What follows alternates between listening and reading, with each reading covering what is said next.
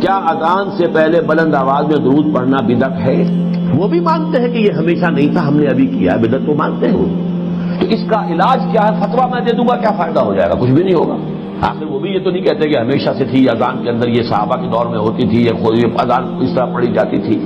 اگرچہ مجھے اندیشہ ہے کہ میرے اوپر فتوے لگنے شروع ہو جائیں گے۔ ہمارے ہاں فرقوں کی حیثیت کیا ہے؟ یہ مولویوں کی ٹریڈ یونینیں ہیں، جیسے پیشے ہوتے ہیں، اس لیے کہ ہم نے دین کو پیشہ بنا لیا۔ اسلام میں دین کا کوئی پیشہ نہیں۔ ہر مسلمان کو قابل ہونا چاہیے کہ اسے مسجد میں آئے ہیں اسے آگے کر دیا جائے، نماز پڑھائے۔ ہر مسلمان کو اس قابل ہونا چاہیے اپنی بچی کا خود نکاح پڑھائے۔ ہر مسلمان کو اس قابل ہونا چاہیے اپنے باپ کا جنازہ خود پڑھے۔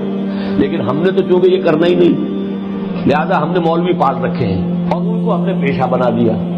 اب ہر ایک نے اپنا ٹریڈ یونین کا ٹریڈ نشان بنا رکھا، ٹریڈ مارک، ہم فلاں ہیں، ہم فلاں ہیں، ہم فلاں ہیں۔ یہ سارے دھندے جو ہیں ان کی جڑ کٹے گی کس سے؟ عربی سیکھو، پڑھے لکھے لوگ اسے لازم کریں اپنے اوپر کہ خود عربی سیکھیں، دین کا کم سے کم اتنا علم حاصل کر لیں۔ ہر پڑھا لکھا آدمی اس قابل ہونا چاہیے کہ نماز پڑھائے، کیوں نہ کرے؟ تاکہ یہ جو ہمارے یہاں ایک سول سروس بن گئی ہے اس کو ہم ختم کریں۔ یہ ہوگا اس کا اصل حل۔ اور فتویٰ میں لگا دوں کہ یہ جائز ہے یا ناجائز ہے یا بدعت ہے یا سنت، اس سے کچھ حاصل نہیں ہوگا۔